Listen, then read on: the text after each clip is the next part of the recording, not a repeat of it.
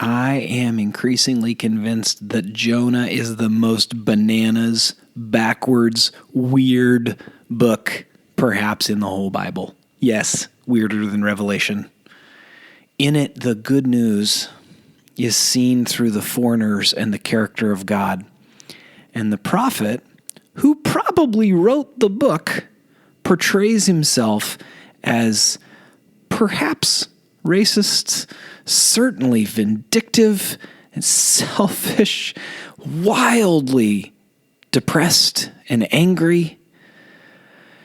It is a very different book than the rest of the prophets. If you look at it in my Bible, it's on 2 pages. You see that almost all of it is narrative. Even the section where he prophesies to Nineveh is very, very brief.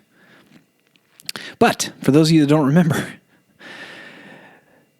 chapter 1, verse 1, now the word of the Lord came to Jonah, the son of Amittai, saying, Arise, go to Nineveh, that great city, and call out against it, for their evil has come up before me, because God is a just God. But Jonah rose to flee to Tarshish from the presence of the Lord. He went down to Joppa and found a ship going to Tarshish. So he paid the fare and went down into it to go with them to Tarshish, away from the presence of the Lord. But the Lord hurled a great wind upon the sea. Skipping down a few verses. But Jonah had gone down to the ship. And then you probably remember this, maybe not. The sailors are afraid. They find out from Jonah that he worships God.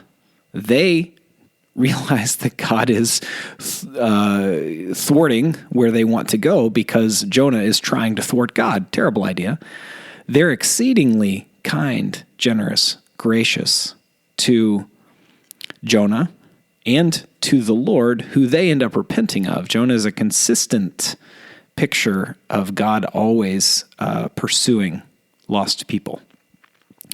Jonah asks to be thrown into the sea. And this is where we really want to catch the scriptures in the tension that they create for us. What was Jonah supposed to do? He was supposed to repent to God and then probably take the sailors with them and explain some things about God to them.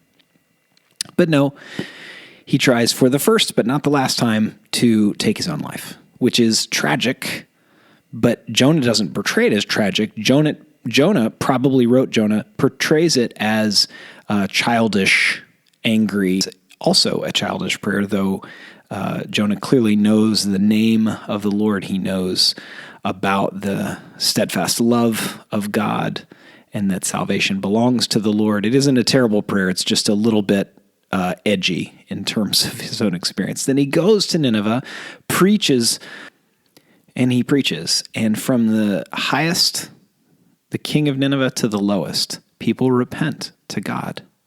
And God saw that they repented, and he relented of the disaster that he had prepared because he's gracious and compassionate.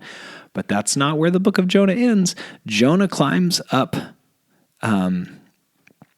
east of the city so that he can watch. He's hoping to watch the destruction of Nineveh.